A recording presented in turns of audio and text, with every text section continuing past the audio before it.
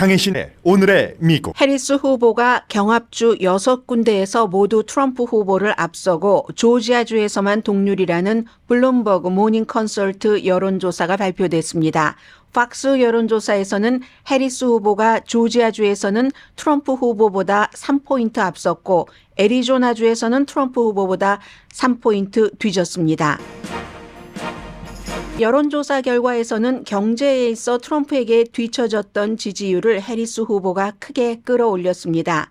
불법 체류자 대규모 추방이 인플레이션을 불러올 것이라는 전문가 지지를 등에 업은 해리스 후보는 오늘 애리조나 국경을 방문합니다. 트럼프 후보는 젤렌스키 대통령과의 면담을 거부하던 입장을 바꿔서 오늘 뉴욕에서 만났습니다. 젤렌스키를 만난 뒤에는 하루 전까지 우크라이나가 영토를 양보해야 한다던 말을 바꿔 러시아와 우크라이나 두 나라를 위해 일하겠다고 밝혔습니다. 트럼프 후보가 이번엔 10만 달러짜리 트럼프 시계를 팔기 시작했습니다.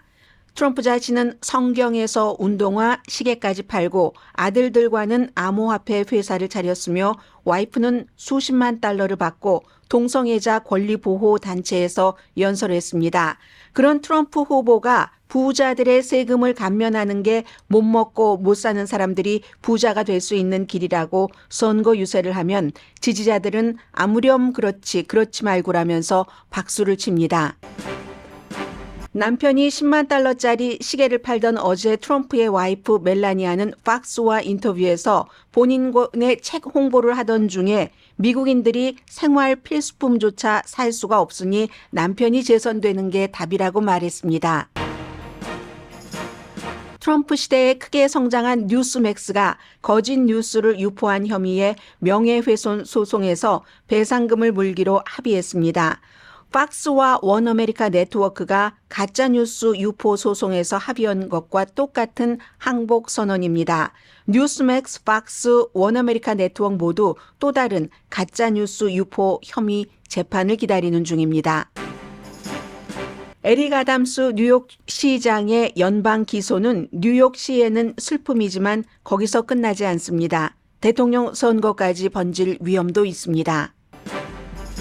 시속 140마일의 강풍을 동반한 카테고리 4의 허리케인 헬렌이 플로리다주에서 사망자를 내고 지금 조지아주에 머물고 있습니다. 바이든 대통령은 플로리다, 조지아, 엘라바마, 노스캐롤라이나, 사우스캐롤라이나주에 재난지역을 선포했습니다. 2, 4분기 국내 총생산 GDP 성장률이 3%로 1, 4분기보다 좋아졌습니다. 여러분은 미들 클래스 중산층이십니까? 9시 35분경 계산해 드립니다. 벤자민 네타냐후 이스라엘 총리는 오늘 UN 연설에서 레바논 헤즈볼라 공격을 멈추지 않을 것이라고 밝혔습니다. 이스라엘의 헤즈볼라 공격으로 며칠 사이 죄 없는 레바논 시민 700명 이상이 숨졌습니다. 여러분 안녕하십니까? 오늘의 미국 강혜신입니다. 여론조사 결과가 얼마나 부질없는가 하는 것을 저는 날마다 보고 있거든요. 아직 물론 부질없지 않고 확실하게 고정적일 때도 있습니다. 그런데 지금 보면은 정말 부질없습니다. 해리스 후보가 경합주 6군데에서 모두 트럼프 후보를 앞서고 조지아주에서만 동률이라는 블룸버그 모닝 컨설트 여론조사 결과부터 말씀을 드립니다. 어젯밤에는 이 여론조사와 함께 팍스 뉴스의 여론조사 결과도 나왔거든요. 먼저 그 블룸버그 모닝 컨설트 여론조사는 네바다에서는 7%포인트나 앞섭니다. 그러면 이게 얼마나 부질없어요? 많은 매체에서는 또 네바다주에서 해리스 후보와 트럼프 후보가 동률이라고 하거나 네바다주에서 트럼프 후보가 앞서간다는 여론조사도 있거든요. 펜실베니아주에서도 5%포인트 해리스 후보가 앞서갑니다. 그럼 5%, 7% 정도 되면은 이제는 오차 범위를 벗어났다고 볼 수 있는 거거든요. 블룸버그와 모닝 컨설트 이외에도 앞으로도 계속 이 같은 여론조사 결과가 나와지면 이제 그렇게 굳혀지는 거지만 지금은 이제 이 정도 네바다에서 7%포인트나 앞선다 하는 건 처음으로 보입니다. 애리조나주에서도 며칠 전에 뉴욕타임즈에서 트럼프 후보가 앞선다고 5%포인트 앞선다고 이건 정말 지진이 일어났어 하더니 이 조사에서는 해리스 후보가 3%포인트 앞섭니다. 그리고 이미 어제 이제 뉴욕타임스의 같은 여론조사에서도 며칠 전에 높았었던 그 트럼프 후보에 높아졌었던 것 거의 다 깎아먹었거든요. 며칠 사이에 이렇게 변하는 겁니다. 미시건주에서도 3%포인트 앞서갔고 노스캐롤라이나주에서도 역시 해리스 후보가 2%포인트 우위입니다. 오로지 조지아주에서만 트럼프와 해리스가 동률이라는 겁니다.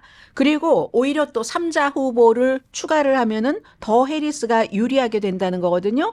여기서 이제 항상 어떤 여론조사 결과에서도 트럼프 후보에게 유리한 이슈가 이민 국경, 또 해리스 후보에게 유리한 게 낙태다 이렇게 나옵니다. 근데 나와서 결국은 다 합쳐져서 총 지지율이 이렇게 나온다는 거잖아요. 그것도 9월 19일부터 25일 사이에 굉장히 많은 6,165명이나 대상으로 했고 오차 범위는 제법 크게 잡았네요. 3.4%포인트.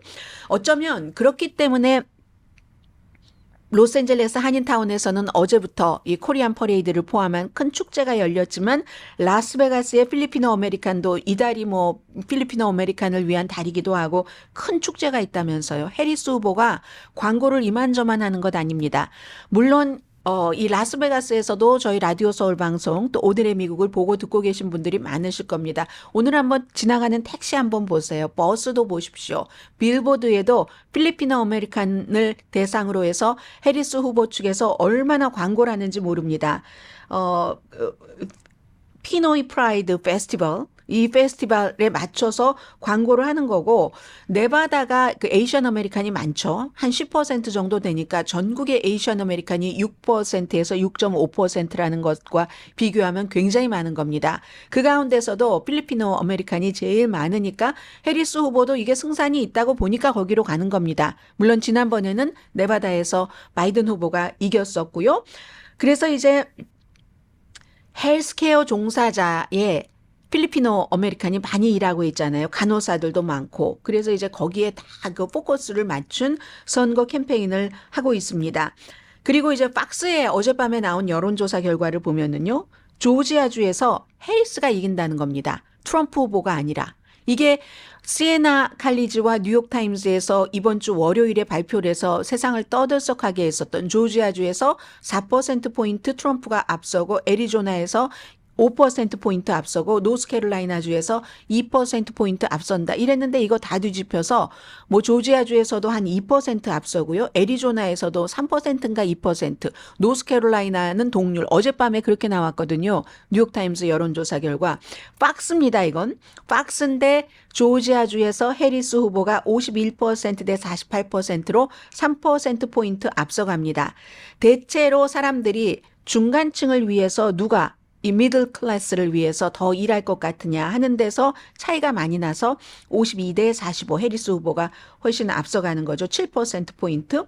그런데 팍스 여론조사 결과는 애리조나에서는 반대로 트럼프 후보가 3%포인트 차이로 앞서간답니다. 이건 지난달에는 해리스가 팍스의 여론조사 결과 애리조나주에서 1%포인트 앞섰거든요. 이 여론조사도 9월 20일부터 24일까지 뭐 한 2천여 명을 대상으로 했고요. 애리조나와 조지아주에 살고 있는 오차 범위는 3%로 잡았습니다. 그런데요. 그럼 또 다른 여론조사에 보면 여전히 조지아주에서 트럼프 후보가 0.4% 이긴다. 애리조나에서도 트럼프 후보가 0.9% 이긴다. 이건 이제 더 힐은 보도 내용도 그렇고 여론조사 결과도 대체적으로 트럼프에게 조금 유리하게 나옵니다. 그래서 더 힐과 디시전 데스크 HQ 그 헤드쿼터가 발표한 바에 따르면 이렇기 때문에 지금 많은 사람들이 공통적으로 생각하고 있는 것은 경합주 7군데 가운데서 펜실베니아주가 선거인단이 가장 많은 19명이고 그리고 여러 가지 역학 구도로 볼 때 펜실베니아를 갖는 사람이 유리하니까 펜실베니아가 제일 중요하다고 하는데 여론조사 전문기관과 전문가에 따라서 아니야. 이건 뭐 잘하면 조지아가 제일 중요할 수 있어. 노스캐롤라이나가 중요할 수 있어. 이 세 군데가 좀 그런 것 같아요. 그렇게 주장하는 것도 다르고 아직도 경우의 수가 너무 많습니다. 트럼프 후보는 정말 펜실베니아주에서 이겨야지만 돼요. 그런데 또 뭐 해리스 후보는 꼭 그렇지도 않거든요. 물론 블루월 세 군데 다 이기고 한 표만 더 네브라스카에서 선거인단 한 표만 더 가져가면은 당선이 다른 경합주에서 다 져도 되지만 이 트럼프 후보는 펜실베니아가 머스트 윈인 겁니다. 조지아도 머스트 윈이고 노스캐롤라이나도 머스트 윈이고 하기 때문에 어떤 여론조사 전문가나 정치 분석가에 따라서 다 이력을 달리 보고 아직까지는 완전하게 100% 펜실베니아만이 제일 중요하다. 펜실베니아 중요합니다. 중요한데 펜실베니아만 정말 중요하다. 뭐 조지아만 중요하다.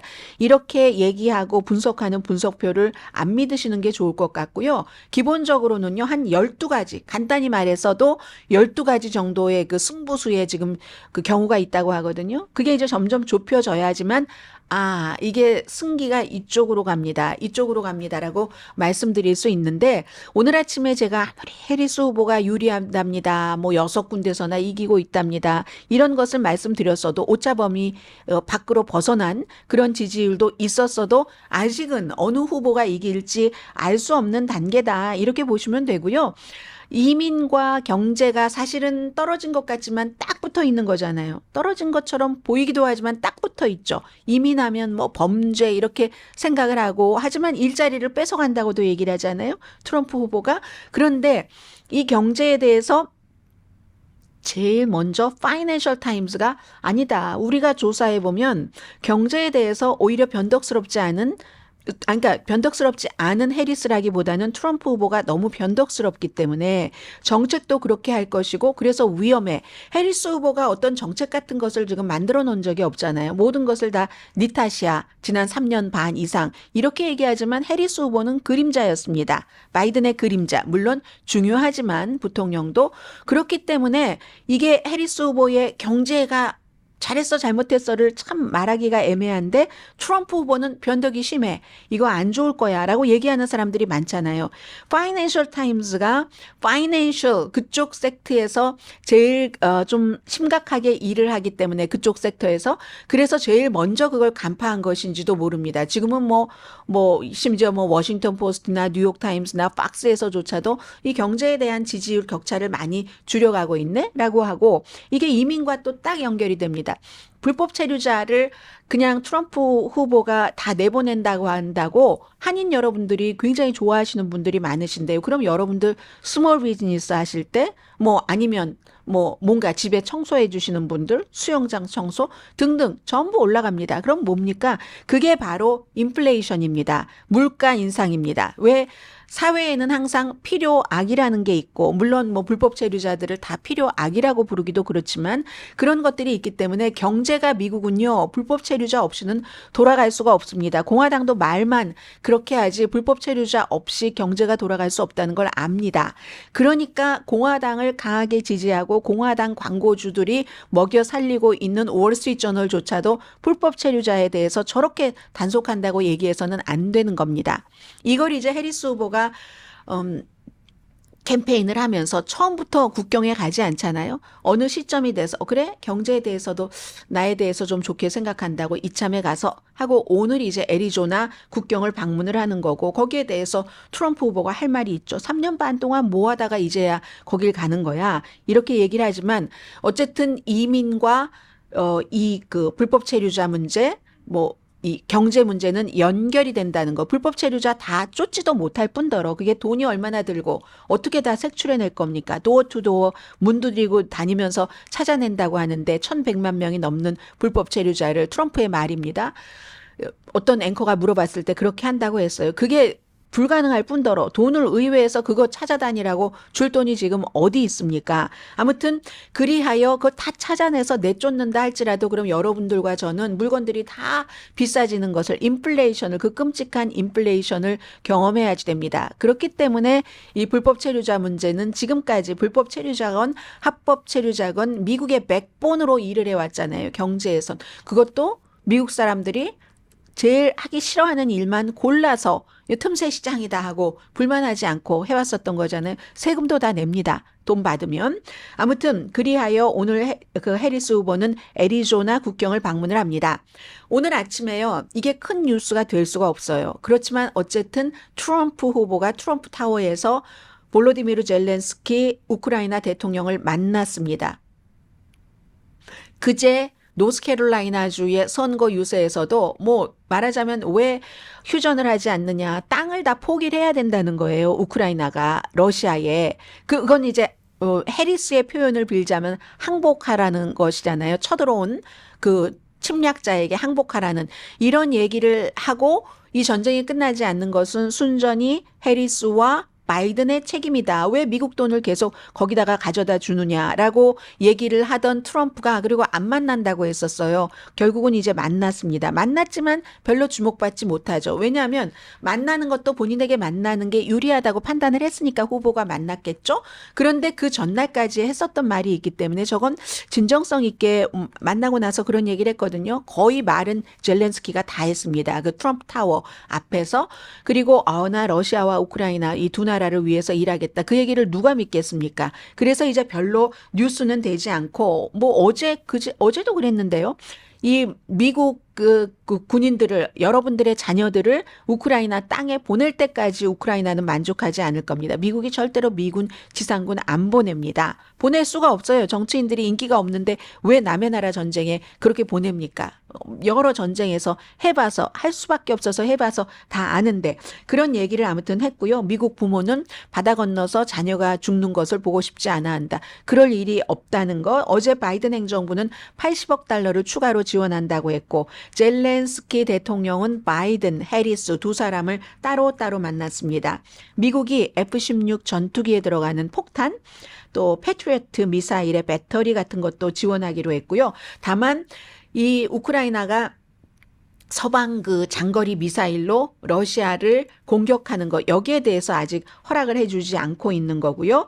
자, 그리고는 이제 이렇게 바쁜 후보와 후보의 와이프의 움직임을 조금 전해드리겠습니다. 글쎄요, 투표하실 때 이런 것들이 그 여러분들께 어떤 그 이슈가 될지 이슈가 되지 않을지는 모르겠지만 트럼프 후보가 어제 그 바쁜 통에 어제 무슨 뭐 그 뉴욕에서 그 사업 사기 그 케이스에 관해서 뭐 4억 5천만 달러 정도 벌금형을 받았잖아요. 그거 계속 늘어납니다. 지금 이자도 늘어나고 하는데 그거 항소하는 재판이 있었고 그 법정에서의 과정이 있었거든요. 변호사를 보내고 어제 무척 바쁜 날이었습니다. 그런데 트럼프 후보가 시계를 파는 거예요. 다시 새롭게 시계를 파는데 그 시계가 가장 싼 시계가 499달러고 최고 가격이 10만 달러라고 하거든요. 무슨 트럼프 무슨 뭐 시계라고 하는데 아무튼 제가 대강 말씀드리고 트럼프 후보가 직접 시계 팔이를 하는 것을 들어보시겠습니다.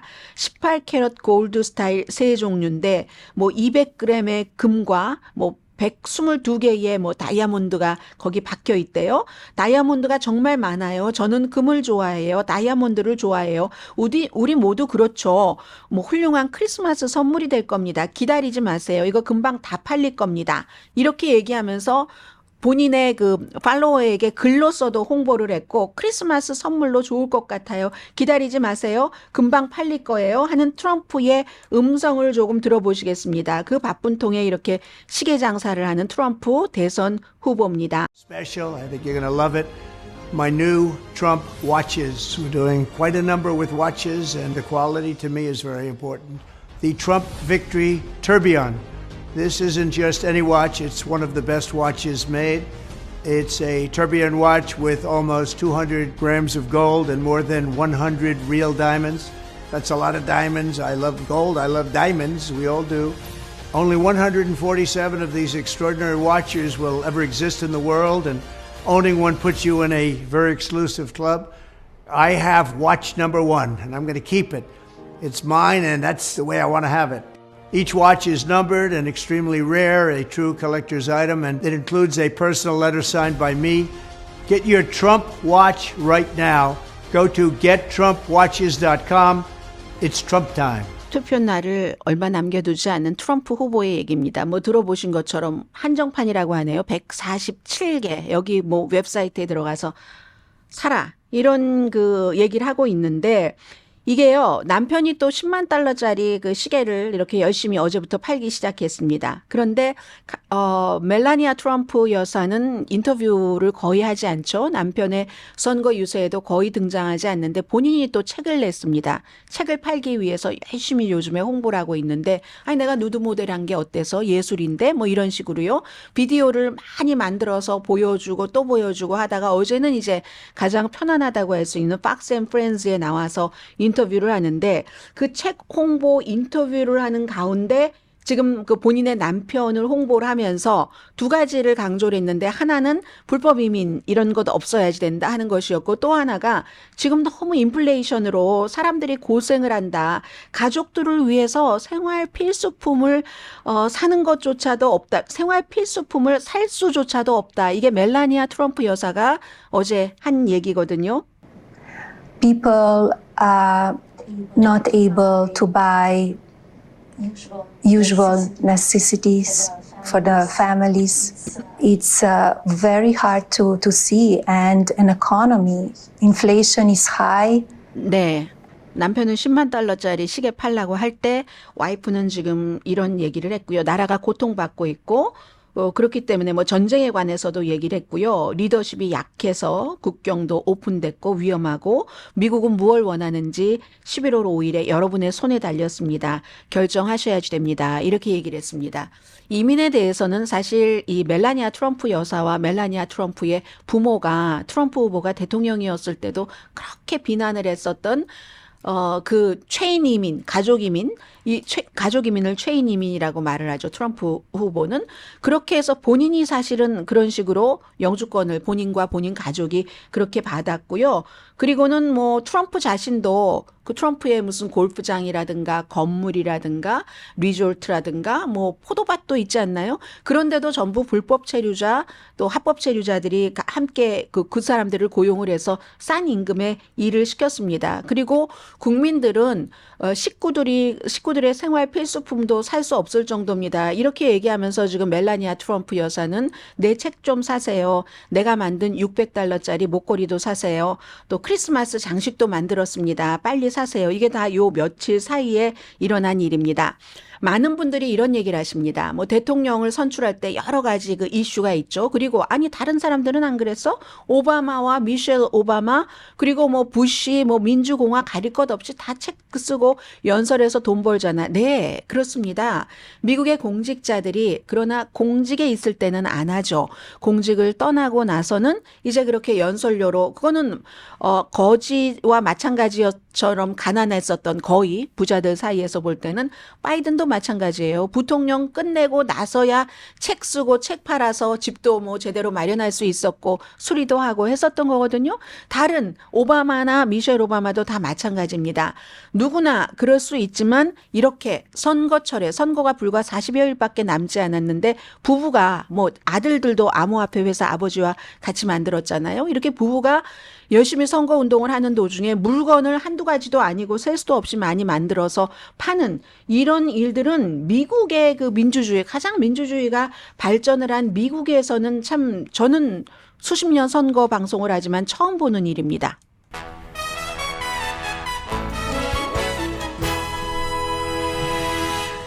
뉴욕에 살고 계시는 분들 어제 슬프셨습니까? 우리 도시의 시장인데 뭐 뇌물, 공모, 사기 혐의로 기소가 돼서 오늘 아직은 법정에 도착하지 않았네요. 근데 이런 문제가 결국은 끝까지 가면 그 민주당 대선에도 영향을 미칠 수 있다는 거거든요. 잠시 뒤에 또 플로리다나 조지아, 노스캐롤라이나 심지어 이제 버지니아까지 영향을 미칠 텐데요. 허리케인 그 영향권 안에 들어가신 분들 그런 분들도 생각하면서 오늘 방송 준비했습니다. 라디오 서울 방송 오늘의 미국 듣고 계십니다. 먼저 그 뉴욕 시장의 연방 5개 혐의로 기소된 것부터 전해드리겠는데요. 오늘 데일리 뉴스, 뉴욕 데일리 뉴스죠. 뇌물, 사기, 음모 아주 이렇게 크게 써서 에릭 아담스 뉴욕 시장 얼굴 그려져 있네요. 뉴욕 포스트 어제도 그랬지만 오늘도 일면 전면에 완전히 이거는 대형 절도 오토만 왜냐하면 터키 트리키에라고 많이 부르시는데 미국이나 영국 이런 나라에서는 그냥 그대로 예전과 마찬가지로 터키로 부르고 있습니다. 뭐 여러 가지 서로 이유가 있는 거예요. 그리고 뭐 그 나라의 고유 명사를 그 부르는 것은 또 부르는 사람의 어떤 그 권한이니까요. 오트만 제국 해서 이렇게 터키, 왜 터키냐? 터키랑 연관이 있는 게 있기 때문에 그렇죠. 오늘 그래서 뭐 뉴욕타임스도 월스트리트저널도 어제보다 더 자세히 이 내용과 아니면은 허리케인이든지가 미국의 주요 신문의 탑 뉴스입니다. 이 에릭 아담스라는 뉴욕 시장이요. 뉴욕 최초의 뭐 아프리칸 아메리칸 시장인 것뿐만이 아니라 뭐 여기도 거의 900만 명 정도는 되잖아요. 인구가 시인데도 도시인데도. 그런데 그러니까 로스앤젤레스가 한 400만 명인데 뉴욕시가 아주 빡빡하게 사람들이 몰려 살고 일하고 있으니까 900만 명 정도 되는데 이 900만 명 정도 되는 뉴욕시에서 아프리칸 아메리칸으로서뿐만이 아니라 유색 인종으로서는 처음 시장이 나온 겁니다. 우리가 되돌아보면 그 전에 뭐 마이클 블룸버그라든가 아니면 무슨 또 누구죠? 뭐 루디 줄리아니도 어제 무슨 변호사 자격증 같은 거 또 하나 박탈당한 것 같은데요. 부정선거 가짜로 주장을 해서. 그래서 이제 그런 사람들 보면 쭉 백인 남성이 많았었는데 5살 때 그 5살 때입니다. 15살 때 아닌가요? 제가 한번 볼게요. 경찰에 잡혀서 이 에릭 아담스가 블랙이라는 그 이유가 많이 들어있다는 거죠. 그 자체가 스토리가 되니까 15살이죠. 네, 15살 때 경찰에 잡혀서 엄청 매를 맞았습니다. 그리고는 이제 본인이 경관이 되겠다고 결심을 하고 경관이 돼서 경찰국장까지 갔죠. 정치인이 되기 전에. 그런데 이 사람이 결국은 지난 10년 이상 동안이나 예를 들어서 최근에 연방 대법원에서 뭐 공지하지 않고 뭐 몇십만 달러 몇백만 그 연방 대법관들이 사실은 훨씬 더 크게 해 드셨네요. 이거 보니까 물론 이 사람은 선거 자금 불법 모금하고 이런 건 있지만 10년 이상 이 공개하지 않고 아주 부자 터키 오트만이라고 아까 했잖아요. 어떤 신문이 터키 사업가 그리고 최소한 지금 증거로 확증할 수 있는 게 검사 측에서 터키 정부 관계자로부터 뭐 여러 가지 그 뇌물을 받았다는 거예요. 근데 그게 주로 터키 항공이 100% 터키 정부가 하는 건 아니지만 그게 이제 그 국영이랍니다. 그래서 터키 항공에서 비즈니스 항공편 그리고 이제 아주 뭐 막 비싼 호텔 같은 것 이렇게 하고 그럼 적어도 어제 제가 궁금했던 게 터키에서 뭐를 해줬다는 거야? 이랬는데 알고 보니까 2021년도에 뉴욕 소방국장에게 전화를 걸어서 그 당시에 이제 뉴욕에 있는 터키 영사관이요. 건물에 뭔가 인스펙션에서 문제가 있었는가 보죠. 그러니까 뭐 영사관이고 뭐고 우리는 소방국은 미국은 미국 그 각 부서가 알아서 하니까 그걸 뭔가를 안 해주니까 이 터키 그 관계자가 당신은 우리에게 받은 게 있잖아. 그럼 당신도 우리에게 해줘야 되는 게 있지? 했을 때 I know 하고 뭐 시인을 한 그런 뭐 텍스트 같은 것 들이 다 있답니다. 그렇게 해서 이제 문제를 해결했다는 거예요. 받은 은혜를 갚았다는 겁니다. 그래서 그동안에 뭐 수없이 터키 항공을 타고 다니고 어떤 때는 아주 조금만 돈 내고 비싼 티켓 같은 거, 뭐 터키뿐만이 아니라 이제 휴가 때 여행 갈 때 이스탄불은 물론이고요. 아프리카, 중국, 프랑스, 인도로 가는 동안 이제 다 뭐 터키 항공을 탈 수 있으니까 그런 것을 이용을 했다. 뭐 이런 얘기입니다. 물론 에릭 아담스 시장은 전체적으로 다 이걸 부인을 하고 있어요. 그래서 어제 뇌물을 받고 또 뭔가 공모하고 사기하는 와이어 사기하는 이런 것 또 불법 외국인으로부터 선거 자금을 받은 거 이거 알면서 이게 이제 willingly, intentionally 이게 김창준 전 그 의원이 뭐 알면서 이런 것을 했다 해서 로스앤젤레스 타임즈에서 보도를 했을 때 나는 아니야 하고 끝까지 버티고 로스앤젤레스 타임즈와 싸우다가 결국은 재선이 안 된 거잖아요. 증거가 말해주고 있으니까. 그것과 마찬가지로 지금 에릭 아담스는 증거는 확보를 한 겁니다. 연방 기소를 할 때 보면은. 근데 본인은 일단 지금 무죄라고 주장을 하고 있고 유죄로 만약에 판결을 받으면 공모 혐의만으로도 5년 선거 기부금을 다른 외국인에게 받아서 중간에 이제 좀 세탁을 조금 했는가 봅니다. 그런 혐의로 5년 또 이 와이어 사기 20년 그리고 이제 받지 못할 사람에게 선거 기금을 받은 이것은 또 매칭 펀드를 받았는데 그게 이제 커요 보니까 한 $1,000만 정도 매칭 펀드로 받았다고 하거든요. 이게 주장입니다. 검찰 측의 주장.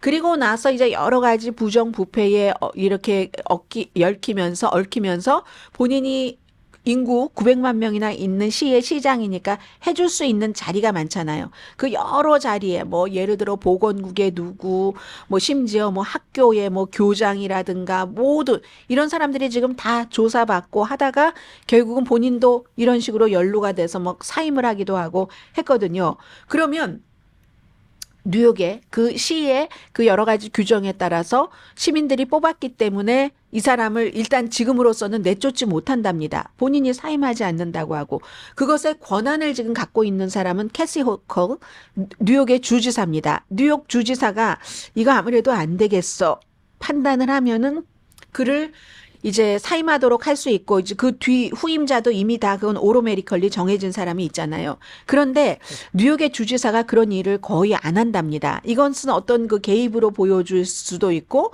그렇지만 또 어떤 경우는 야 이렇게 스캔들이 있으면 뉴욕 시장을 제대로 할 수 있겠어 걱정은 하지만 뉴욕의 주지사의 전통으로는 꼭 시장뿐만이 아니라 다른 그런 것에도 그 본인이 이 같은 권한을 뉴욕의 그 주지사들이 잘 안 쓴답니다. 안 쓰는데 이건요, 그 해임 권한인 거죠. 그래서 예전에도 그 루즈벨트 그 대통령이 프랭클린 그 루즈벨트 대통령이 그 뉴욕 주지사였었던 적 있잖아요. 그때 한번 이런 어떤 사람 부정부패와 연관돼서 뇌물 스캔들 이거 어떡하는가 이거 내가 뭐 이거 해임해야지 돼 이렇게 생각하고 있을 때 본인이 사임을 해버렸거든요. 마치 리처드 닉슨의 사임과 마찬가지로. 그래서 이번에는 그런데 에릭 아담스가 이건 절대로 아니야. 이거 나에 대한 타겟팅의 한 수사야라고 얘기를 하고 버티니까 선거철이잖아요. 선거철이기 때문에 캐티 호컬 그 주지사가 어떻게 할지 압박을 받을 수가 있습니다. Maybe 카멜라 해리스 측에서 이렇게 되면 민주당 왜 저렇게 부패했어? 부패했잖아. 지금 민주당이 노스캐롤라이나의 그 주지사 선거에 나가는 그 부지사를 아주 이상한 소리를 그 포르노 사이트에다가 했다고 비난을 하면서 아니 지들도 단속 못하잖아. 이렇게 생각을 하고 Maybe 카멜라 해리스가 압박을 할 수도 있겠죠. 그리고 만약에 이것이 길어지면 민주당이 정말 썩었어. 뉴욕이 아무리 썩었다고는 하지만 저 정도야? 뭐 이렇게 얘기하면서 사실은 소수인종까지 다 욕을 먹을 수도 있는 겁니다. 아니 소수인종 시장 시켜놨더니 저게 뭐야 하는 그럴 수도 있잖아요. 그래서 이게 굉장히 그 중요한 문제다라고 말씀을 드립니다. 그리고 이제 뉴욕에서 루디 줄리아니가 워싱턴 DC 변호사 자격을 박탈당했습니다. 2020년도 대선 결과를 방해하려고 하는 그런 그 혐의로 뭐 또 다른 사건 또 있어요. 이 가짜 그 이런 것에 대해서 여기서 아예 말씀을 드려야지 되겠네요. 허리케인을 뒷부분으로 옮기고요. 해서 다음 달에는 애리조나에서도 막 가짜 선거인단 만들고 그랬잖아요. 거기에 대해서 이제 재판받게 되기도 하거든요. 뿐만이 아니라 트럼프 후보와 마찬가지로 조지아주의 그 선거 관련 거기도 이제 그 뭐 피고이기도 하고요. 해서 지금 그 루디 줄리안이 그 뉴욕 시장 한번 했었는데 그 뒤에 시장 끝나고 나서 시장할 때도 사실은 여러 가지 지적이 많았지만 9.11 사태가 일어났기 때문에 그때 딱 뭉쳐져서 우아하게 은퇴할 수 있었는데 그런데 그 뒤에는 뭐 터키 같은데 터키가 굉장히 미국으로서는 어떤 부정부패와 연관된 고리로도 많이 비춰지거든요. 터키 같은데 이런 데 사람들 막 변호하고 독재자들 변호하고 해서 돈 많이 벌었는데 돈 번 건 이번에 다 까먹게 생겼어요. 트럼프 후보가 처음에는 루디 줄리아니가 뭐 변호사 자격증도 박탈당할 것 같다. 본인 도와주는 개인 변호사로 일하다가 했을 때는 돈도 좀 모아주고 했어요. 말하려고 해서 기금 모금 같은 거 하고. 근데 지금은 내 코가 석자예요. 나도 막 10만 달러짜리 시계도 팔고 뭐도 팔고 그 이후에 뭐 4억 5천만 달러 벌금형도 받고 했기 때문에 도와줄 수가 없습니다. 지금 이제 그 루디 줄리아니도 뭐 재산을 다 날리게 돼 있는 지금 그런 형편이고요. 또 하나가 있습니다. 저는 이런 것은 좋습니다. 왜냐하면 언제까지라도 그냥 수그러들지 않고 가짜로 뭐 개인적으로는 어떤 하얀 거짓말도 있고 거짓말도 살다 보면 할 수도 있고 하지만 뭐 언론이라는 이름을 달고서 수많은 사람들을 가짜로 속여서 돈 버는 인간들 저 너무 싫어하거든요. 여기에서 뉴스맥스와 스마트 매트릭스의 이 재판 며칠 있으면 재판 열릴 과정이었고 변호인단이 지금 선정되는 과정이었습니다. 루디 줄리아니와 똑같이 뭐 이거 뭐 모링 머신이 조작을 했어. 이런 식으로 뉴스맥스가 엄청나게 원어메리카 네트워크와 팍스 뉴스와 공동적으로 아주 삼파전을 벌이면서 했죠. 그리고는 그러니까 스마트 매트릭스라는 데서 고소를 했습니다. 우리 명예훼손이다. 결국은요, 본인들이 죄가 없으면 이걸 왜 중단하고 합의를 합니까? 돈 주면서 합의를 어저께 하기로 결정을 했습니다.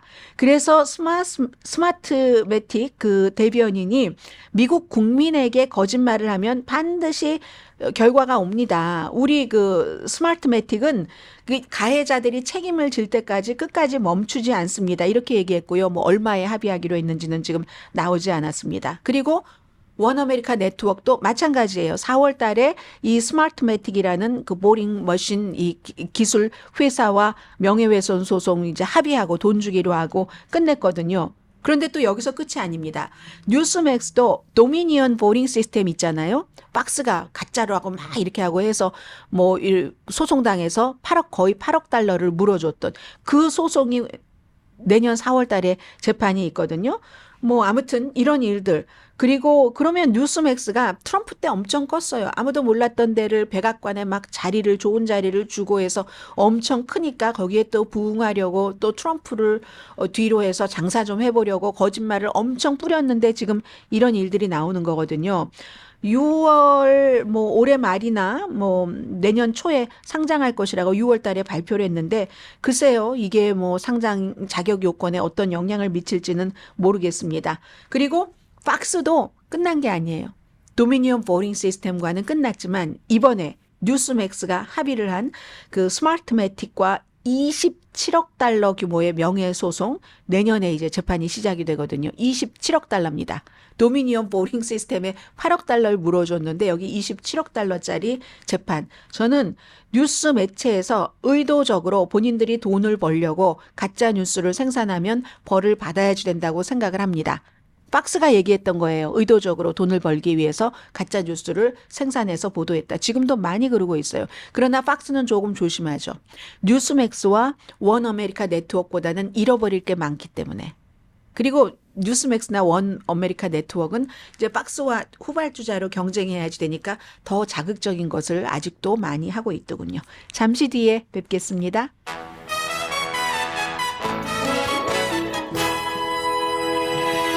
라디오 서울 방송 오늘의 미국 듣고 계십니다. 네, 뭐 2, 4분기 GDP 경제 성장률이 GDP가 성장률이 3%였다고 하거든요. 1, 4분기 때 1.6%니까 조금 오른 거잖아요. 보통 이제 그 제조업인데 이게 이제 내구재 오래 쓸 수 있는 게 아니라 그 내구재가 아닌 비내구재 제조업, 금융, 헬스케어 분야가 이 GDP 성장률에 좀 큰 힘을 보탰답니다. 헬스케어는 한동안 갈 것 같죠? 그에 비해서 조금 이제 부진했었던 부분은 식품 서비스, 뭐 식당업 같은 데 되겠네요. 교육 서비스, 또 광업, 이런 것들이 조금 GDP를 좀 내렸다고 얘기를 합니다. 중간층, 미들 클래스를 좀 말씀을 드리겠습니다. 도대체 얼만큼 벌어야 중간층이라고 해? 왜냐하면 선거철에 제일 많이 듣는 말이 중간층이에요. 해리스 후보 특히 얼마나 중간층을 위해서 일하겠다고 하잖아요. 미국에서는요, 기본적으로 그 미들 클래스가 한 52% 정도 있는 것으로 보고 현재 미국의 뭐 센서스 등으로 볼 때, 그리고 이제 좀 저소득층이 28%, 그리고 상위가 이제 정한 기준이 있잖아요. 19%, 반 정도가 미들 클래스라고 하는데 여러분들 미들 클래스인가요? 퓨 리서치사. 그리고 이제 정부가 계산하는 것. 퓨 리서치의 분석에 따르면 미국 사람 이렇게 좀 전에 말씀드린 것처럼 절반 이상이 중산층 그 미들 클래스에서 살고 있는데 이 퓨 리서치는요, 3인 가족을 기준으로 할 때 2022년도 한 56,600달러에서 169,800달러 사이를 버는 가정으로 정의합니다. 왜 이 범위가 이렇게 크냐면 지역에 따라서 차이가 있잖아요. 뭐 오하이오 어디라든가 아니면 뭐 샌프란시스코, 뭐 이런 데서 사는 것에 따라서 다르기 때문에 노동부는요 2024년도 가장 생활비가 적게 들어가는 곳은 한 그 6만 800달러 정도에서 18만 2천 달러 이 정도가 이제 중산층이다라고 했거든요. 오하이오주 클리블랜드를 말씀드리겠습니다. 여기서 만약에 혼자 사신다면 3만 달러 정도는 벌어야지 알콩 같은데 이제 그 미들 클래스 여기서 이제 어퍼 상류층이 되고 싶으면 세금 내기 전에 9만 달러는 벌어야지 되고 가족이 만약에 4명이라면 이 미들 클래스가 한 뭐 6만 달러 정도로 조정이 된다는 건데 캘리포니아주 샌프란시스코의 경우는요. 이게 이 미들 클래스를 아니 이건 너무 샌프란시스코도 하기는 뭐 또 싼 그런 지역도 있으니까요. 3만 8천 달러에서 11만 5천 달러. 4인 가족으로는 7만 7천 달러에서 23만 1천 달러. 이건 아마 뒤쪽으로 가는 것이 더 맞는 것 같습니다. 샌호세가요. 이 그 미들 클래스가 가장 작대요. 42%, 보통 52% 정도라고 말씀드렸잖아요. 왜냐하면 거기는요. 어퍼 클래스가 상류층이 많으니까. 41%가 상류층이기 때문에 그렇다 하는 것이고요. 워싱턴주 한번 볼까요? 올림피아. 이 중산층 미들 클래스가 66%로 가장 높습니다. 그러면 거기는 이렇게 소득 격차가 그다지 많지 않는 곳이 되겠네요. 그리고 20%가 저소득층, 14%가 고소득층, 어퍼 클래스 이 정도 다 다르다는 겁니다. 그냥 지역에 따라서 다르기 때문에 여러분들께서 뭐 생활비 대비 뭐 또 렌트비 대비 이런 걸 생각을 하셔야 되겠죠. 자, 잠시 뒤에 뵙겠습니다.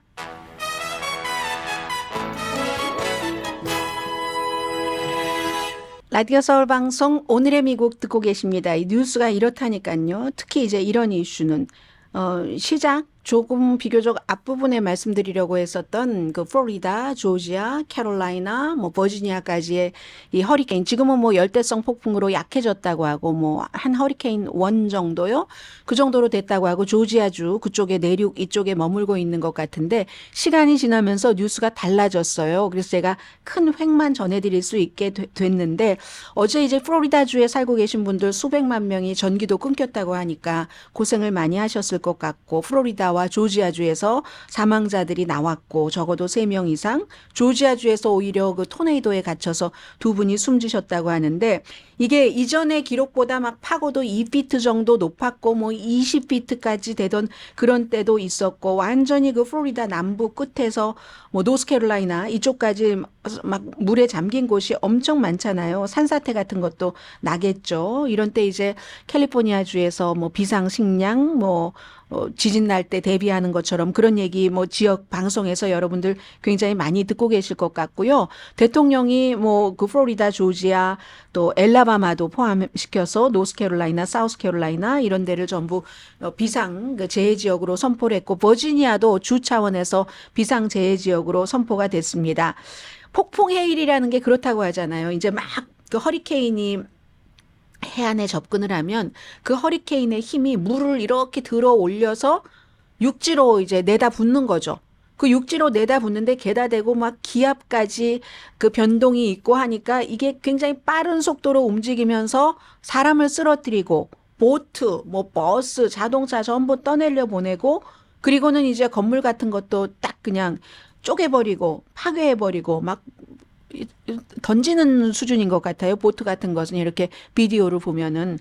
그래서 굉장히 무서운 것이고 아직은 그쪽에 남아있다라는 말씀을 드리고요.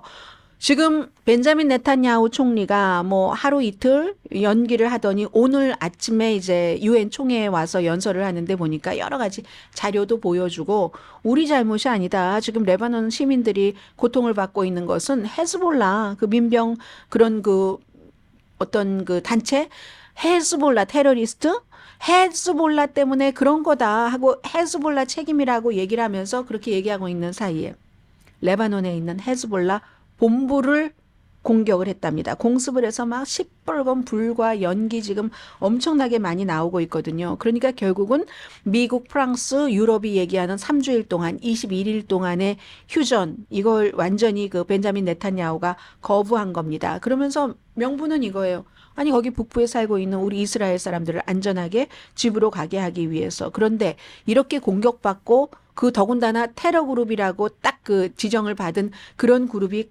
완전히 가만히 있기는 애매하잖아요. 그러면 레바논 사람들이 이번 주 들어서 700명 이상이 숨졌는데 참 벤자민 네탄야후 총리가 아까 얘기하는 거 보니까 전범은 이스라엘이 아니다. 헤즈볼라다. 이렇게 얘기를 했는데 이렇게 또 전쟁을 본격적으로 시작하면요. 이스라엘 경제 당연히 그 파괴가 되겠죠. 지금 이것을 이란조차도 조금 경계하는 것 같거든요. 더 전면적으로 퍼지는 이런 것을. 헤즈볼라는 가자의 하마스와 이 이스라엘이 그 뭐죠? 휴전 협상을 하면은 우리 여기서 전쟁 끝내자라고 하는데 벤자민 네탄야후가 그럴 뜻을 지금 전혀 보이지 않고 있잖아요. 그리고 만약에 그 레바논 헤즈볼라를 잡는다고 지상 침공을 이스라엘이 한다고 하면 꼭 이스라엘이 이긴다는 보장 없습니다. 이스라엘은 가자 지구에서 지상 침공해서 군인들이 지칠 대로 지친 상태입니다. 헤즈볼라는요, 자국 영토에서 레바논에서 아주 잘 무장하고 단련됐는데 그렇게 적과 붙게 되는 겁니다. 강혜신이었습니다.